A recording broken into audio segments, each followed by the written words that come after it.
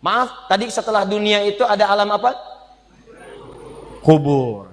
Sebelum pindah ke akhirat, pertengahannya ada alam kubur. Nih lihat sini nih.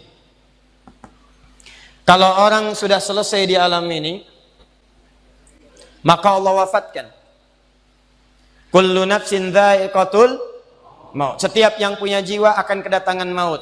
Siapa yang bawa maut? Namanya malakul maut. Kalau malakul maut sudah bawa maut, maka dia mulai mewafatkan sampai meninggalkan dunia ini. Apa dalilnya Ustaz? Quran surah 32 ayat yang ke-11, paling kanan sebelah bawah.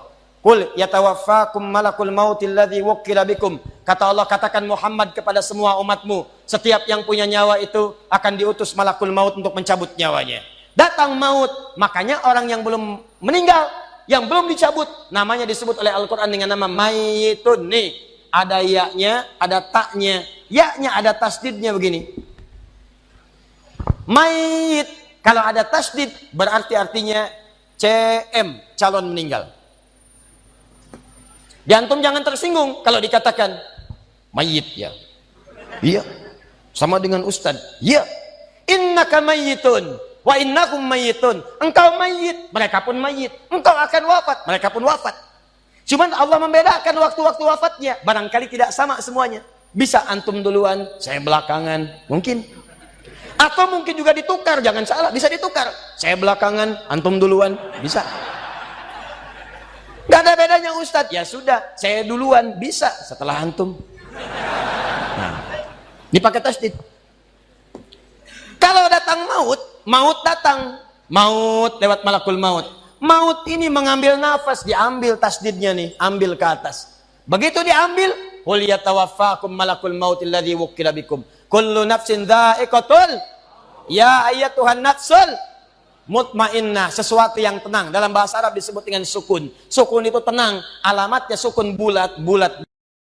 Ini kalau jadi bulat dalam ilmu loghah, bulat jadinya, hilang tasdidnya. Maka kalau mayit itu artinya nyawanya sudah tidak ada. Mayitun masih ada nyawa, diambil malakul maut jadi mayitun. Nih, alam kubur. Begitu pindah ke sini, datang malakul maut, dicabut nyawanya, maka diwafatkan, ditinggalkan dunia ini. Maka orang mengatakan telah meninggal dunia. Artinya apa? Ditinggalkan dunianya. Lihat sini, fokus.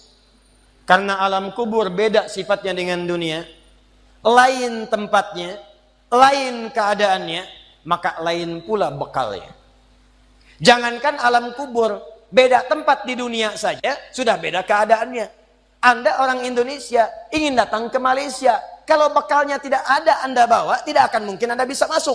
Apa di antara bekalnya? Ada paspor yang mesti distempel begitu masuk imigrasi. Pergi lebih jauh lagi, misalnya saya pengen ke Australia, maka Anda harus ngajukan untuk mendapatkan visa. Lebih jauh ke Amerika, visanya bisa lebih sulit lagi. Maka bagaimana dengan alam kubur yang sifat keadaannya beda dengan dunia? Makanya bekalnya pun tidak akan sama. Jadi kalau Anda cuma mengumpulkan bekal dunia, maka semua bekal itu akan ditinggalkan saat di dunia. Maka orang mengatakan meninggal dunia, maksudnya meninggalkan dunia dengan semua bekalnya. Nih, maaf ya, jam dunia, baju dunia, handphone dunia, gelas dunia.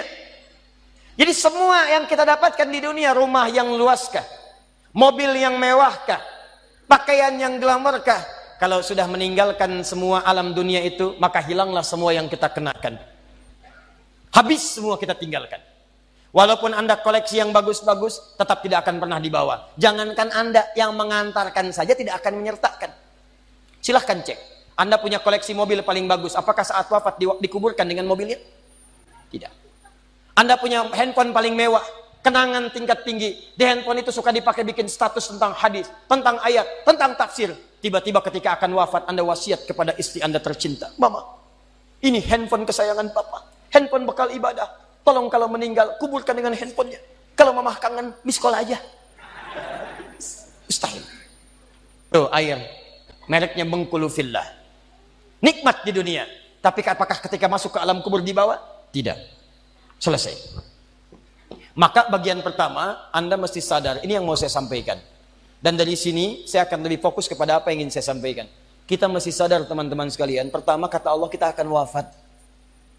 antum akan meninggal. Wafat. Wafat. Wafat. Wafat. Jadi antum kalau melihat di cermin tuh, ngaca dulu, ngaca, tunjuk wajah antum, wafat. Kamu akan wafat.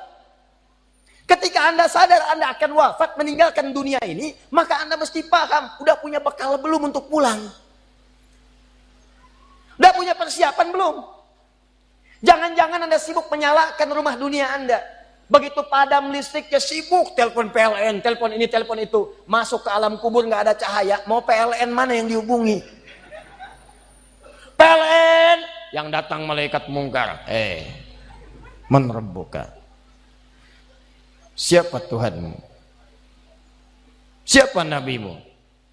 Apa kitabmu? PLN. Gelap. Gelap dan gelap. Karena itu orang-orang yang tidak siap dengan kehidupan berikutnya, maka mohon maaf, dia akan merasa ketakutan ketika meninggalkan dunia ini. Bahkan ada yang saking takutnya, malaikat langsung bergerak untuk memaksa dia cepat meninggalkan tubuh dunianya. Muncul Quran surah ke-8 ayat ke-50. Kata malaikat, akhriju anfusakum. Kamu ini susah banget pulangnya, maka dipukulin oleh malaikat. Pukul, pukul, pukul, pukul. Teman-teman, karena alam kubur itu bekalnya bukan bekal dunia, maka Anda tidak akan pernah bisa membawa cahaya dunia ke alam kubur. Maka saya ajak Anda pada malam hari ini, coba ayo kita berubah.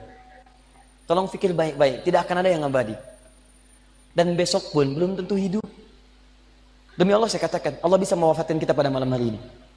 Saya cuma mau tanya sebentar aja merenungkan. Tolong tanya pertanyaan saya ini, tanyakan pada diri Anda sebelum tidur. Kalau Allah wafatkan Anda pada malam ini, sudah siapkan Anda dengan bekal pulang Anda kepada Allah. Karena itu hukum mengatakan, orang yang tidak punya bekal, maka dia tidak siap untuk mudik. Tuh lihat Ramadan tuh. Ntar sebentar lagi, tersisa tinggal 2-3 bulan ke depan, datang bulan Ramadan. Begitu di ujung Ramadan, orang semua siap-siap mudik. Demi Allah saya katakan, saya pernah mengadakan survei kecil-kecilan. Saya tanyakan pada sementara orang yang tidak mudik. Saya tanya, kenapa nggak mudik? Ustadz, nggak ada bekal.